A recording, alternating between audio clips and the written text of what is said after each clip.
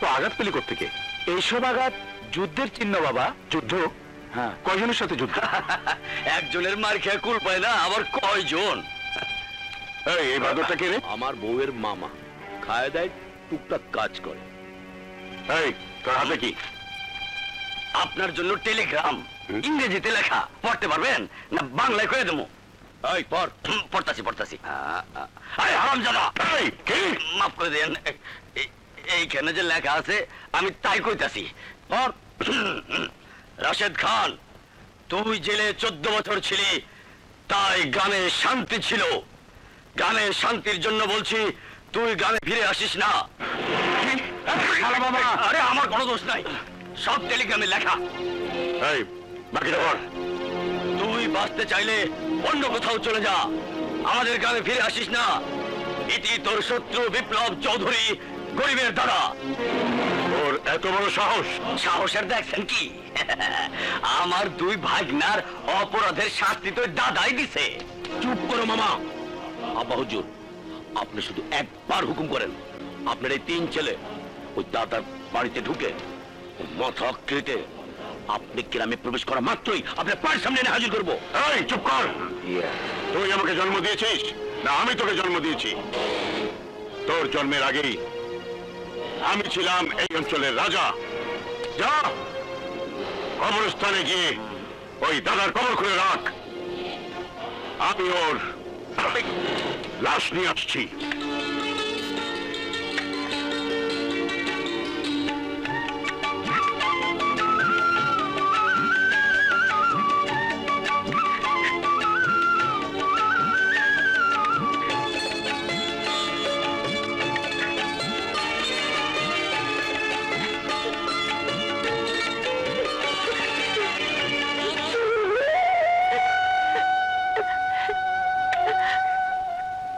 কাজল, কাঁদছিস কেন?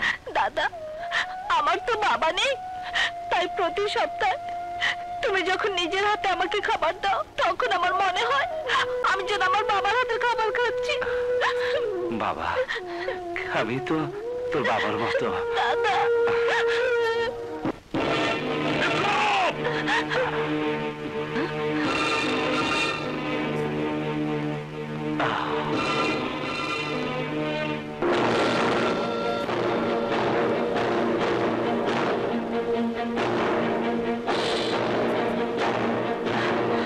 রাশেদ খান, কি চাও তুমি এখানে? আমি চাই ওই বিপ্লবের লাশ। রাশেদ খান, মরতে না চাইলে এখান থেকে চলে যাও। বিপ্লব, তোর নিজের শক্তিতে বিশ্বাস থাকলে আয় আমার সাথে মোকাবেলা কর। দেখি কে হারে কে জেতে।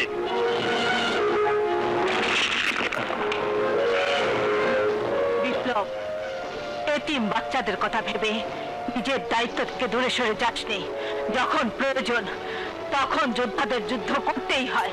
যা, শেষ করে দে তোর শত্রুদের।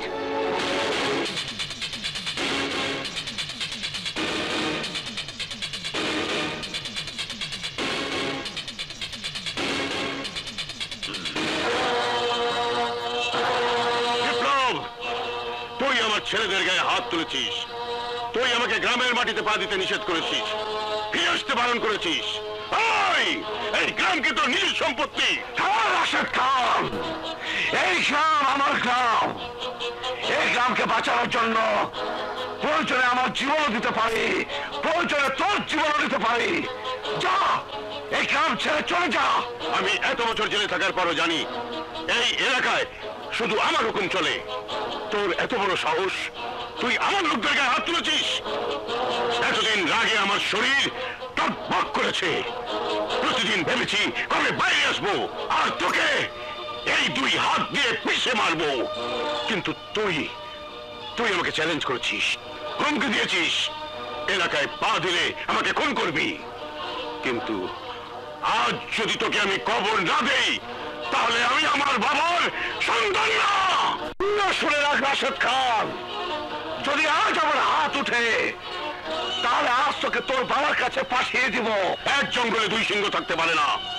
আজ তোর মৃত্যু আমার সাথেই হবে। না, আমি রাজা, তুই প্রজা।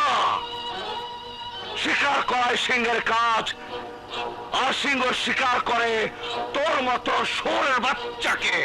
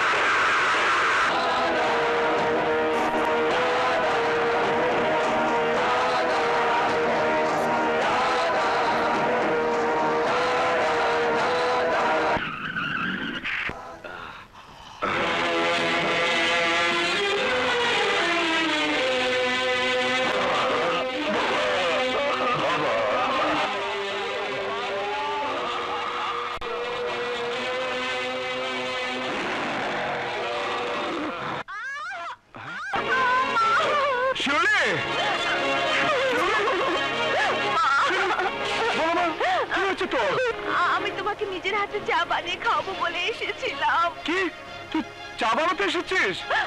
দেখি দেখি পা দেখি। না ভাইয়া, আমার তেমন কিছু হয়নি। কিছু হয়নি মানে? পা তো তোর পড়ে গেছে। ভাইয়া, আমার পায়ে সামান্য চায়ের গরম পানি পড়েছে বলে তুমি কাঁদছো ভাইয়া? কাঁদবো না মানে? তুই জানিস না তুই আমার কত আদরের বোন। তোর কিছু হলে আমি সহ্য করতে পারি না। কি হয়েছে? দেখো না দাদি, চায়ের গরম পানি ফেলে পাটা একদম পুড়ে ফেলেছে। কত করে বলি যা পারিস নে তা করিস নে, কার কথা কে শোনে? এখন বুঝো। শিউলি, মুরব্বীদের কথা অমান্য করতে নেই। তুই দাদির কথা অবাধ্য হবি না, ঠিক আছে? ঠিক আছে ভাইয়া। দাদি, আমি যাই।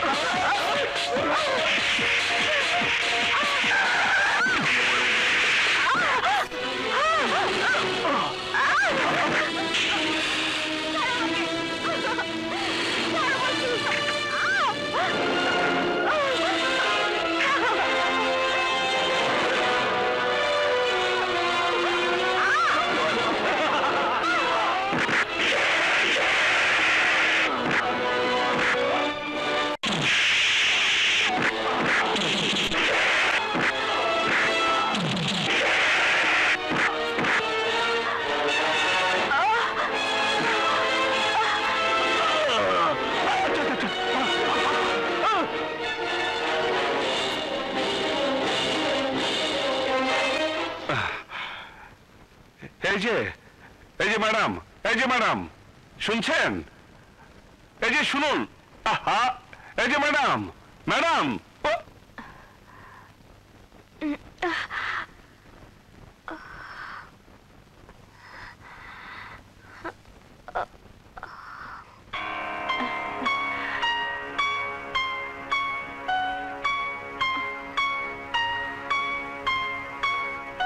ভয় নেই, জ্ঞান ফিরে এসেছে।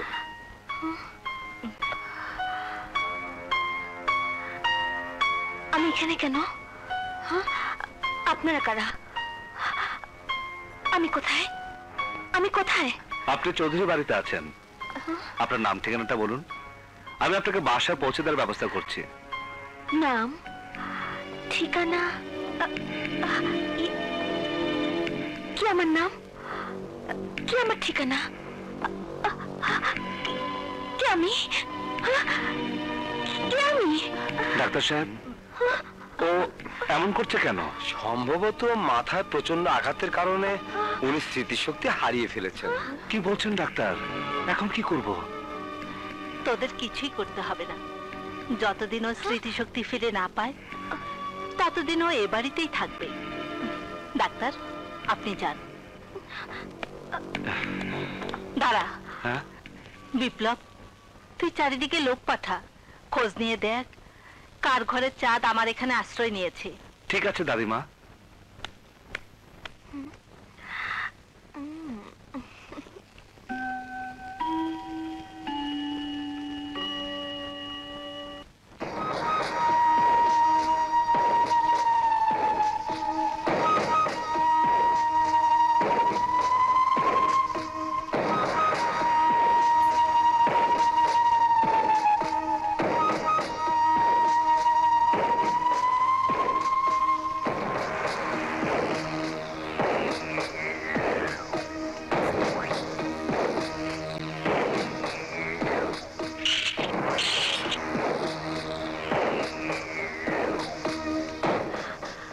আজ রাতেই বিপ্লবকে শেষ করতে হবে।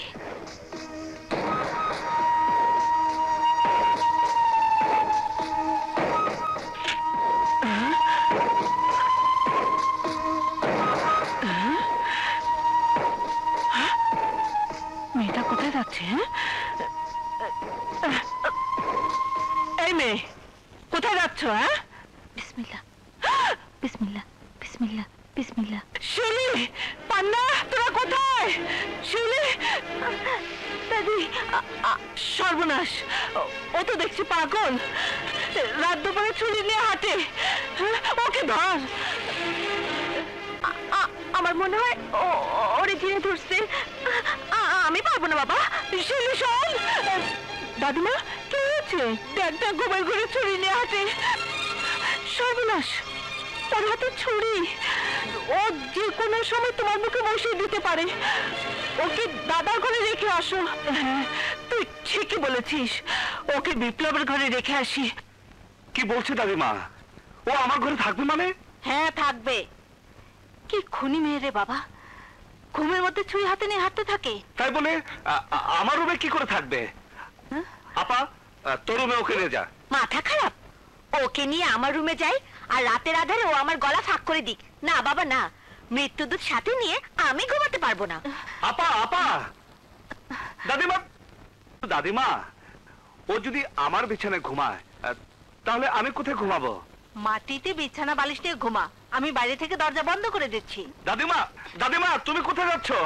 দাদিমা, দূর ছাই, কি যে করি বিছানা। না না, আমি নিচে শুই, আপনি উপরে শোন। না না না, কি করছো? তুমি বিছানায় যাও, উপরে উঠো, আমি নিচে নিচে নিচে বালিশ নিয়ে ঘুমিয়ে পড়বো। তুমি যাও, তুমি যাও, যাও যাও, যাও যাও।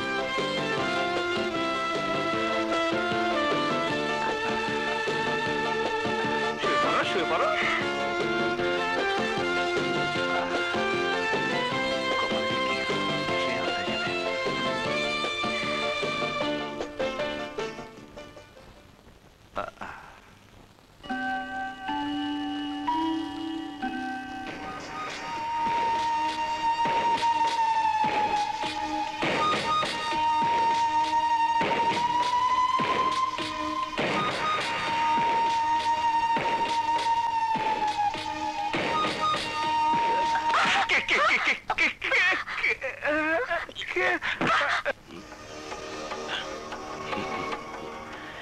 এবার ওই বিপ্লব বুঝবে মৃত্যু কত ভয়ঙ্কর।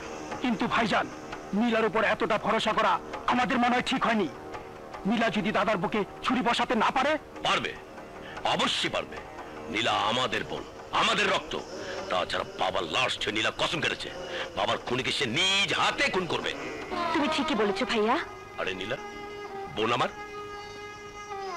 হ্যাঁ ভাইয়া, যে সন্তান 15 বছর বিদেশে লেখাপড়া শেষ করে দেশে ফিরে ভেবেছিল তার বাবার বুকে মাথা রেখে জড়িয়ে ধরে ঘুমাবে, বাবার আদর্শ আগে নিজের অতৃপ্ত আত্মাকে তৃপ্ত করবে, বাবাকে মন ভরে বাবা বাবা বলে ডাকবে। অথচ আমি এমনই হতভাগিনী সন্তান যে বিদেশ থেকে ফিরে পেলাম বাবার লাশ।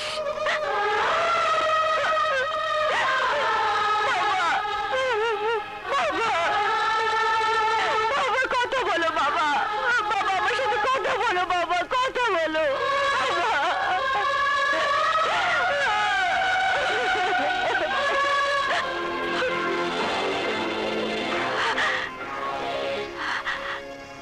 তোমরা কিছু ভেবো না ভাইয়া, একবার আমি যখন এই বাড়িতে আশ্রয় নিয়েছি তখন ওই গরিবের দাদার দেহ থেকে মাথাটা আলাদা করে তোমাদের কাছে নিয়ে আসবো। আমি বাবার হত্যার প্রতিশোধ আমি নেবই। কিন্তু লীলা, বিপ্লব মানে ওই দাদা যদি তোকে চিনে ফেলে? না ভাইয়া, সেই সুযোগ আমি দেব না। তাছাড়া এই এলাকার সবাই এখনো জানে আমি বিদেশেই আছি। তাই বলে গা ভাসিয়ে দিলে চলবে না বোন, তোকে খুব সাবধানে চলতে হবে। যতদিন পর্যন্ত বিপ্লবের লাশ তুই আমাদের উপর দিতে না পারবি ততদিন তোর এই বাড়িতে আসার কোনো প্রয়োজন নেই।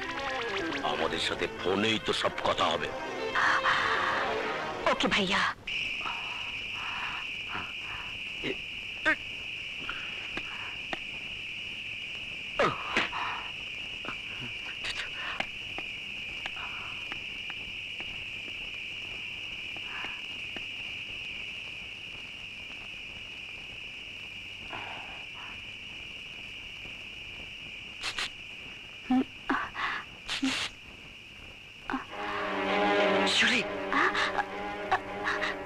রাজু, এত রাতে তুমি? কথা আছে, বাগানে এসো। বাগানে তুমি যাও, আমি ড্রেস চেঞ্জ করে আসছি। যাও।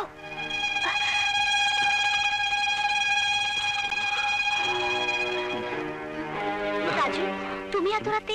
হ্যাঁ শিউলি, কোনো উপায় ছিল না তাই আসতে হলো। কি হয়েছে রাজু? আমার অ্যাপয়েন্টমেন্ট লেটার এসেছে।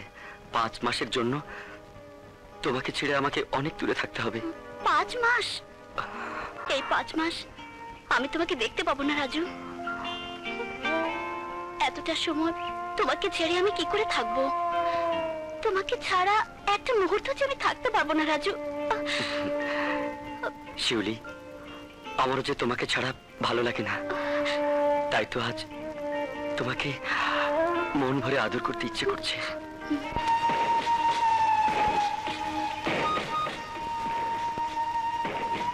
বিপ্লব, আজ হবে তোর জীবনের শেষ দিন।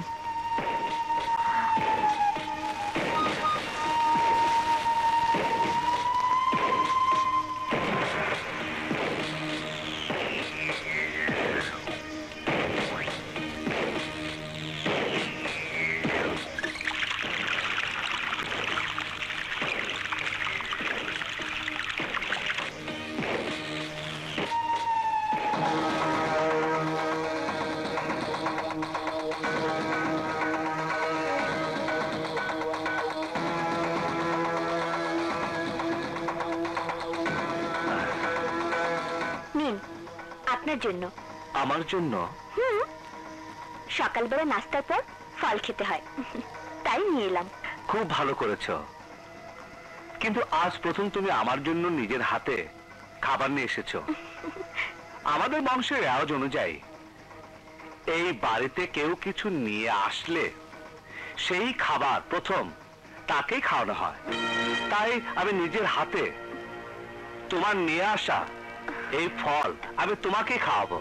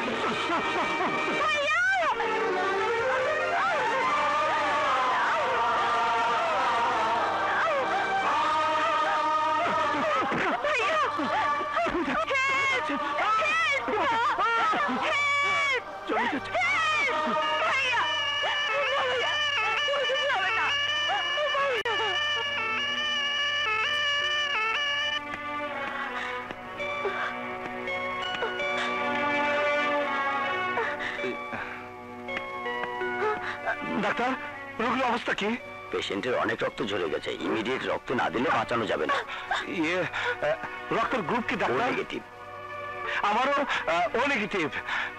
আপনি আমার কাছ থেকে রক্ত নিন। ওকে, আপনি ভেতরে আসুন। চলুন।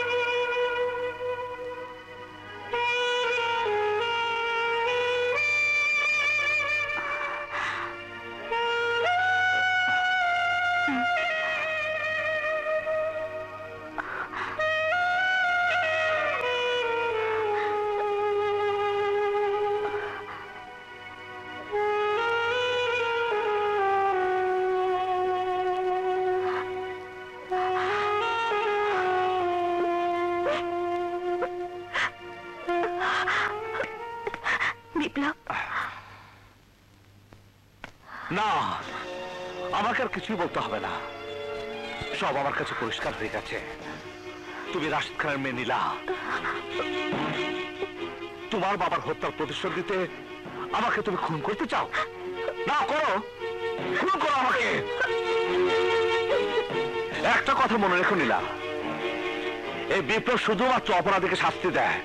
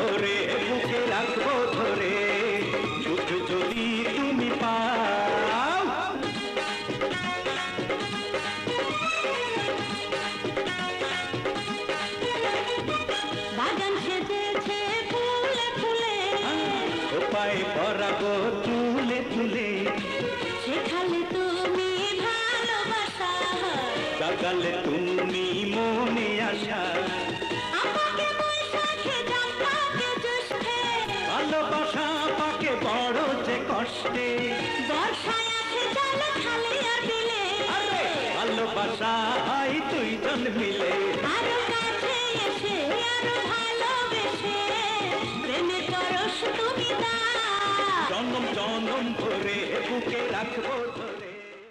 ভাইয়া ভাইয়া কি হয়েছে আমার ভাইয়ের? বল নীলা, কে মারছে আমার ভাইরে? নাম বল তার, আমি খুন করে হলাম তারে। না ভাইয়া, দাদাকে খুন করতে গিয়ে ভাইয়া নিজেই অ্যাক্সিডেন্ট করেছে। আর মৃত্যুর হাত থেকে আমাকে ওই দাদাই বাঁচিয়েছে ভাইয়া। কি কি বললি? হ্যাঁ ভাইয়া, এতদিন যে দাদাকে খুন করার জন্য আমার শরীরের প্রতিটি রক্তকণা টকবক করত, সেই দাদাই আজ তার নিজের শরীরে রক্ত দিয়ে আমাকে নতুন জীবন দিয়েছে। দাদা সত্যি মহৎ, ফেরেশতার মতো মানুষ, যাকে পায়ে ধরে সালাম করা যায়, খুন করা যায় না। আমার দুশ্মন, আমার শত্রু, যার নাম মনে হইলে আমার রাইতের ঘুম হারাম হইয়া যায়, আর সে কিনা আমার ভাইয়ের জীবন বাঁচাইছে। ভাইয়া দুশ্মন হয়েছে তো কি হয়েছে, সে তো আমাদের ভাইয়ের জীবন বাঁচিয়েছে, নয়তো আজ আমাদের সবাইকে চোখের পানিতে বুক ভাসাতে হতো। চুপ, একদম চুপ। কাল সকালে যখন রাস্তায় বাইরামু, তখন ওই দাদায় আমার আঙ্গুল তুলে কইব, ওই টাইগার, তোর বাইরে মৃত্যুর হাত থেকে আমি বাঁচাইছি, তোর ভাইয়ের জীবন আমি ভিক্ষা দিছি। আমার সামনে দিয়ে না কুজা কুজা চলবো, তখন আমার অবস্থা কি হইব? আর এই ড্রাগন যতদিন পাইচা থাকবো, ততদিন ওই দাদার গুণগান কইরা এই বাড়িতে দাদারে ফেরেশতা বানাইয়া ভালাইব। হ্যাঁ ভাইজান, আজ থেকে ওই দাদার সঙ্গে আমাদের কোনো শত্রুতা থাকবে না। আমরা দাদার সঙ্গে বন্ধুত্বের হাত বাড়িয়ে নিজেদের পাপের প্রায়শ্চিত্ত করব। না, আমি তা কিছুতেই হতে দেব না। ওই দাদা আমার বংশের শত্রু, আমার রক্তের শত্রু, আমার শত্রু।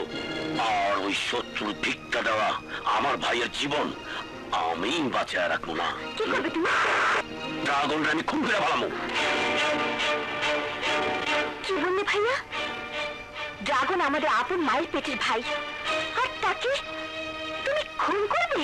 হ্যাঁ, যে আমার শত্রুর সাথে হাত মিলাতে চায়, সেও আমার দুশ্মন হয়ে যায়, আর আমি আমার দুশ্মনটা বাঁচায় রাখি না। ভাইজান,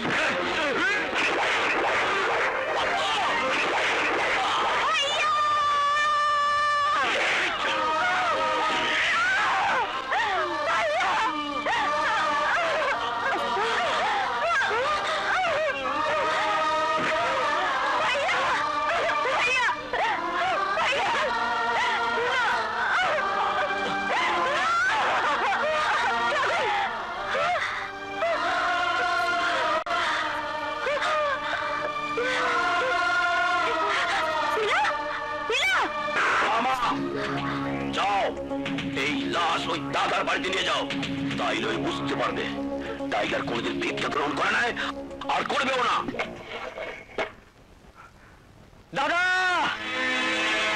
দাদা, টাইগার ওর ভাইয়ের নিজে হাতে খুন করছে।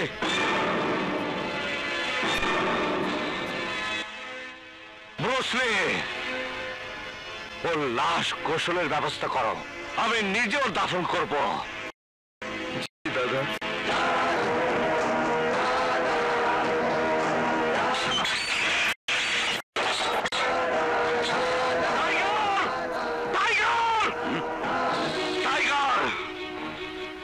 কেন তোর বাবা তোর নাম টাইগার রেখেছিল? নিজের হাতে নিজের ভাইকে খুন করার জন্য।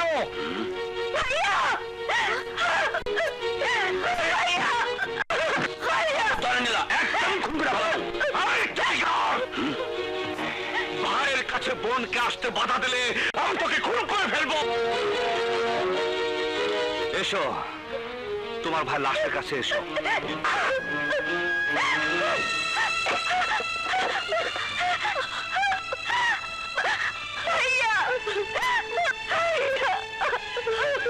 আমাকে ক্ষমা করে দেবে নীলা, আমি তোমার ভাইকে বাঁচিয়েছিলাম বলে তাকে তাকে জীবন দিতে হয়েছে।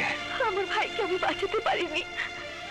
আপনার জন্য অন্তত শেষবারের মতো আমার ভাইকে দেখতে পেরেছি। আপনি আপনি আমাকে ক্ষমা করে দেবেন। ভাইজান, আমাদের বোন নীলা দাদার সামনে হাত জোর করে ক্ষমা চাচ্ছে, আর তুমি দাঁড়িয়ে দাঁড়িয়ে দেখছো। চুপ, একদম চুপ। ঘরের মেয়ে মানুষের উপর খুব তো জোর দেখাচ্ছিস। সাহস থাকলে আয়, আমার সাথে মোকাবেলা কর। সাহস থাকে তো আয়, আমাদের দাদা তোকে দেখে নেবে। কি দেখাইব? আমার ভাই আমি খুন করছি, তাতে কার কি? ভাই কিশোর ভাই, কেমন ভাই? তোদের জন্ম কি একই মায়ের গর্ভে হয়েছিল? যদি হয়েই থাকে তাহলে মায়ের পেটের ভাইকে খুন করলে কি করে? যদি তোর মা বেঁচে থাকে তাহলে ছুরির আঘাত তুই তোর ভাইকে করিসনি, করেছিস তোর মায়ের বুকে। তোরা শুধু মিথ্যা অহংকার দম্ভের জোরে মানুষের জীবন নিতেই পারিস, কিন্তু মানুষের জীবন দিতে পারিস না। কিন্তু দ্বিতীয়বার যাতে ভুল না হয় তার ব্যাখ্যা আজ আমি করে যাব। কি দেখছো? লাশ নষ্ট করো।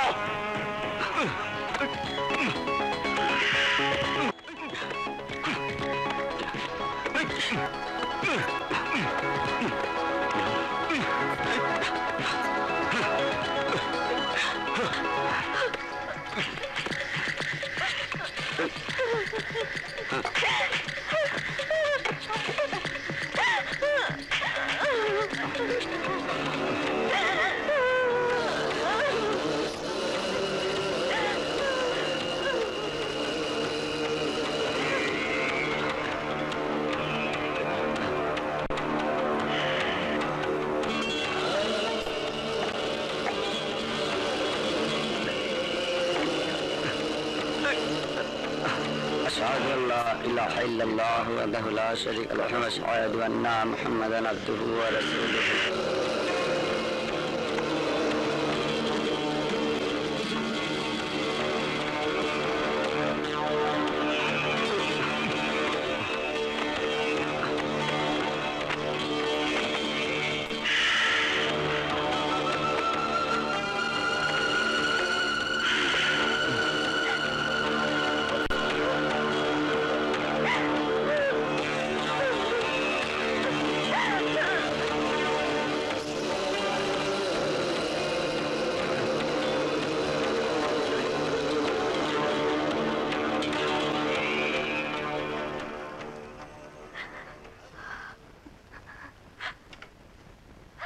কবর দেখে তুমি তোমার ভাইয়ের স্মৃতি মনে করবে, আর ওই পাপীরা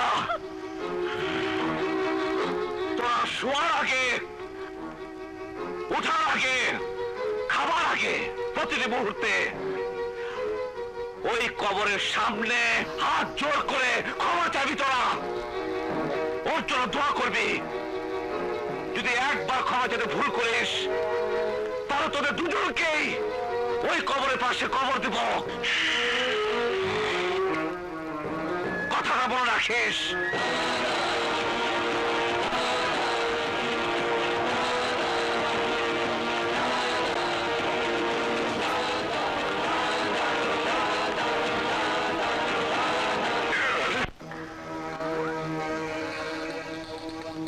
কি? আপনার এত বড় সাহস? আপনি দাদা চেয়ারে বসেছেন জানেন? এই চেয়ারের একমাত্র মালিক দাদা। আপনি কোন সাহসে এই চেয়ারে বসেছেন? ওঠেন। দাদার সাথে আমার কথা আছে।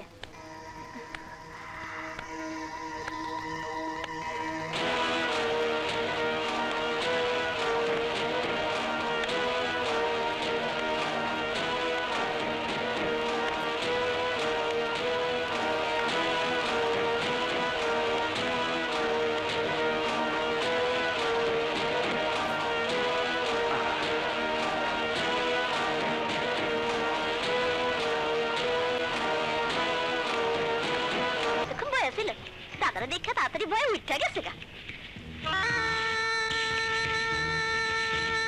এখানে কেন এসেছো? আপনাকে জানাতে এসেছি আমার বিয়ের কথা। আমি তাকেই বিয়ে করব যাকে আমার বিয়ে করতে ইচ্ছে। তোমার যাকে বিয়ে করতে ইচ্ছে সে কি আমার গ্রামে থাকে নাকি আমার বাড়িতে থাকে? লোকটা কে? আপনি। আমি? আমাকে কি দেখে তুমি পছন্দ করলে? বাঘের কাছে সিংহের মধ্যে প্রবেশ করে আপনি প্রমাণ করেছেন আপনি সত্যিকারের পুরুষ মানুষ। দুশ্মনকে নিজের রক্ত দিয়ে বাঁচিয়ে আপনি প্রমাণ করেছেন আপনি সত্যিকারের মহৎ মানুষ। আর তাছাড়া আপনার হাইট, ওয়েট, মুখের গড়ন, গায়ের রং সবকিছু মিলিয়ে আপনাকে আমার পছন্দ হয়েছে। কিন্তু শুধু তোমার পছন্দ হলে তো হবে না, আমারও তো কিছু পছন্দ হওয়া চাই। অপছন্দ হবার মতো মেয়ে তো আমি নই, আমার সবকিছু A1। আপনি ছাড়া পৃথিবীর দ্বিতীয় কোনো পুরুষকে আমি বিয়েই করব না। চ্যালেঞ্জ করবে না। 1 নম্বর হলেও শূন্য, কুমারী হয়ে সারা জীবন ঘরে বসে থাকতে হবে। চ্যালেঞ্জ করতেই আমি এসেছি। আগামী মাসের 30 তারিখের মধ্যে বিয়ে করতে না পারি তবে আমার নাম নীলা না। It's my challenge, understand? Good bye.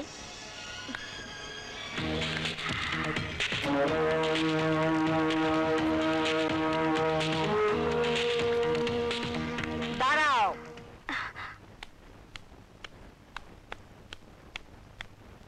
এ বাড়িতে কিছু চাইতে এসে আজ পর্যন্ত কেউ খালি হাতে ফেরত যায়নি, আর তুমিও যাবে না।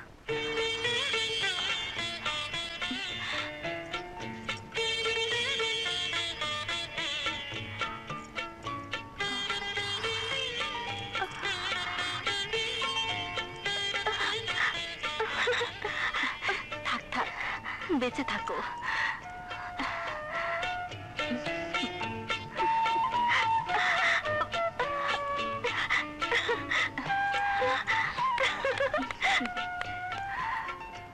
দাদা, ওরা আবার ওদের বাড়ির মেয়েদের দিয়ে আমাদের ক্ষতি করতে চাইছে না তো?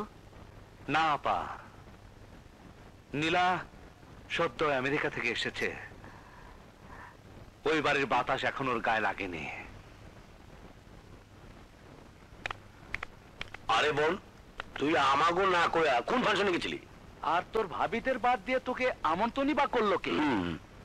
তোকে তো ভালোভাবে কারো চিনারও কথা না। আমি কোনো ফাংশনে যাইনি। বিপ্লব, সবাই যাকে দাদা বলে জানে, আমি সেই বিপ্লবের বাড়িতে গিয়েছিলাম। কিন্তু কেন? দাদার সাথে আমার বিয়ের ব্যাপারটা ফাইনাল করতে।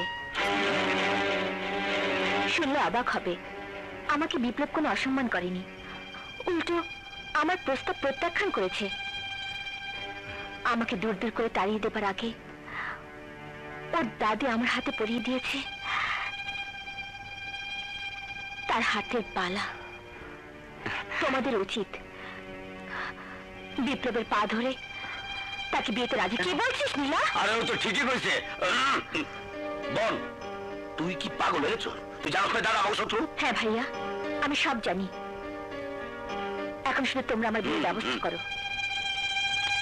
মামা, তুমি কই যাও?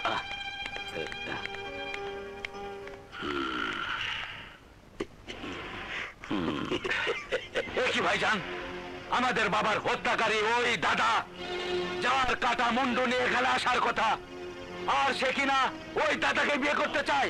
আস্তে চিতা, আস্তে, মাথা গরম না কইরা একটু বুঝতে চেষ্টা কর।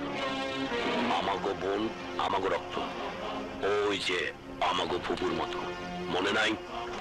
বাসর রাতে ফুপুরে দিয়ে হত্যা করছিল দাদার চাচারে। আমার বোন খুন করবো ওই দাদারে, আর তাই আমাগো ওর কথাতে রাজি হইতে হইব। তারপর দুনিয়া থেকে সরাই দিতে হইব ওই দাদারে।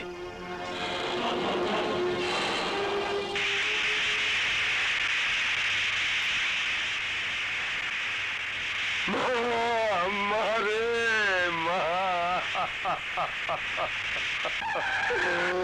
তুই কি করলে রে মা? খোদা, সবাই সরে যাও, দাদা এসেছে, সরে যাও, দাদা ভাই, কি হয়েছে? ওই খানদের অত্যাচার জুলুমের শিকার হয়েছে আমার গর্ভবতী মেয়ে আর তার যত সন্তান। আমি আমার মেয়েকে বাঁচাতে পারলাম না দাদা। দাদা, আমার মেয়ে যখন প্রসব বেদনা ছটফট করছিল তখন আমি তাকে হাসপাতালে নিয়ে যাচ্ছিলাম, ঠিক সেই মুহূর্তে যাওয়ার রাস্তা বন্ধ করে দেয় এখানে আরো বলেছে আমাদের এলাকার কোন লোকজন আর কোনদিন ওই রাস্তা দিয়ে যেতে পারবে না। তুমি তো জানোই দাদা, আমাদের গ্রামের মানুষের চলাচলের একমাত্র একটাই রাস্তা, আর সেটা যদি চিরদিনের জন্য বন্ধ করে দেয় তাহলে আমার মেয়ের মতো আরো অনেক মানুষকে অকালে জীবন দিতে হবে। না হোসেন না, আমি বেঁচে থাকতে আর কাউকে এইভাবে মরতে দেব না। তুমি তোমার মেয়ের দাফনের ব্যবস্থা করো, আমি টিউনু সাহেবের সাথে কথা বলছি। আমি কি করতে পারি বলুন? খানেরা যদি তাদের জমির উপরে রাস্তা দিতে না চায় তাহলে আমি কেন? কেউ কিছু করতে পারবে না। কিন্তু এটা তো অন্যায়। আপনি এলাকার টিউনু হয়ে এত বড় অন্যায় মেনে নেবেন? জনগণের প্রতি আপনার কি কোনো দায়িত্ব নেই? অবশ্যই আছে, কিন্তু তাই বলে আমি ক্ষমতার অপব্যবহার করতে পারি না, জোর করে কারো জমি দখল করতে পারি না। যদি কিছু করতেই হয় তাহলে খানদের সাথে আলোচনা করে রাস্তা বানানোর ব্যবস্থা করতে হবে। ঠিক আছে টিউনু সাহেব, যে কোনো শর্তে যে কোনো ভাবে ওই রাস্তা আমাদের চাই, আপনি আলোচনার ব্যবস্থা করুন। কি টিউনু সাহেব, আমাদের কি কোনো কাজ নেই নাকি? আপনি বলেছেন তাই এসেছি। কোথায় আপনি দাদা? এই চল।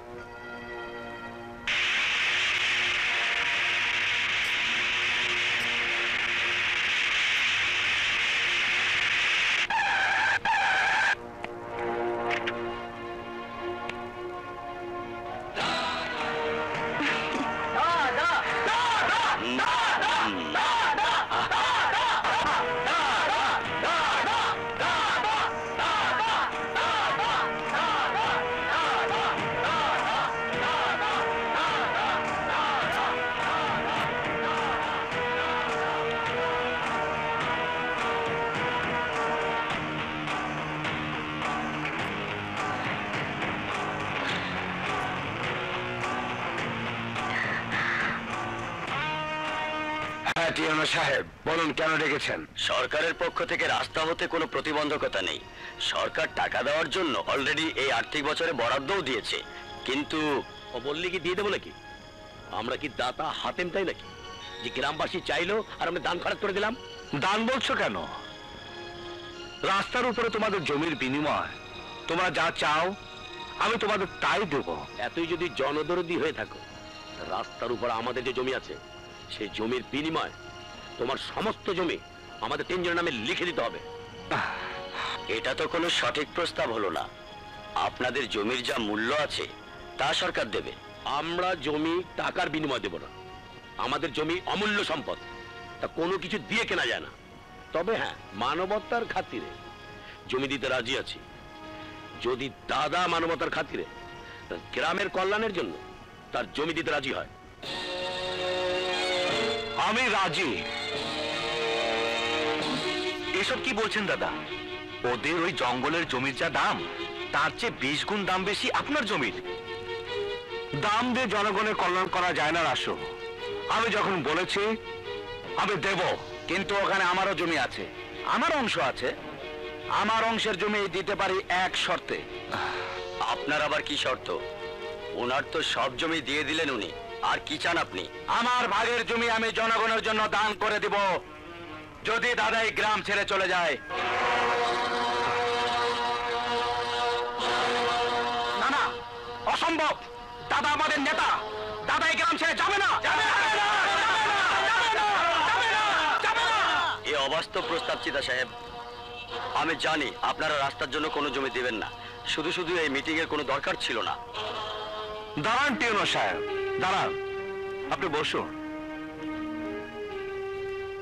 এই রাস্তাটা জনগণের অনেক দিনের দাবি। ওই রাস্তার জন্য এই গ্রামের জনগণের অনেক অসুবিধা হচ্ছে।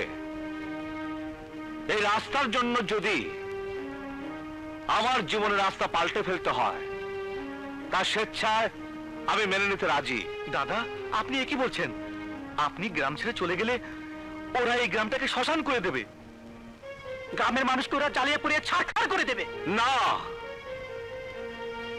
যে একতা আমি গ্রামের মানুষের মধ্যে সৃষ্টি করেছি সে একতাবদ্ধ থাকলে গ্রামের মানুষের কেউ কোনো ক্ষতি করতে পারবে না। টাইগার, আমি তোমার শর্তেও রাজি। দাদা, আর একবার ভেবে দেখলে হতো না? না টিউনো সাহেব, মানুষের কল্যাণের জন্য যদি আমার যাওয়াটা মঙ্গল হয় তবে তবে আমি তাই করব। আপনি দলিলে সই করা। যান, সই নিয়ে আসেন।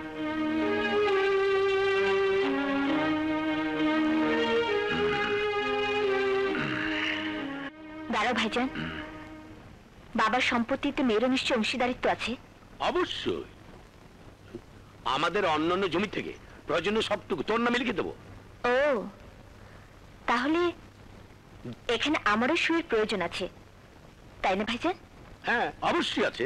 তাহলে সই করার আগে আমারও একটা শর্ত আছে। আমার তো আর কিছুই নেই, সবই দিয়ে দিয়েছি, শুধু আমি ছাড়া। আমি তোমাকেই চাই।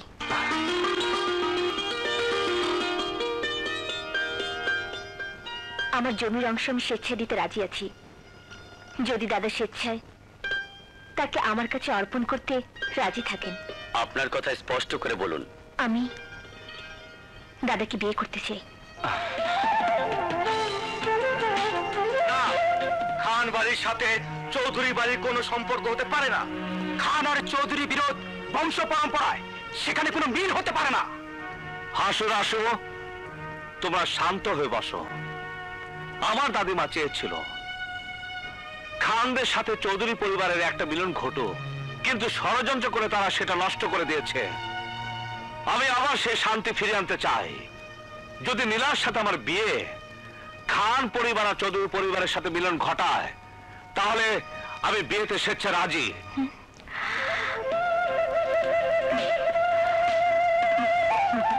তবে এই গ্রাম আমি সেই দিনই ছেড়ে যাব এবং বিয়ে আমি সেই দিনই করব যেদিন এই গ্রামে মানুষের রাস্তা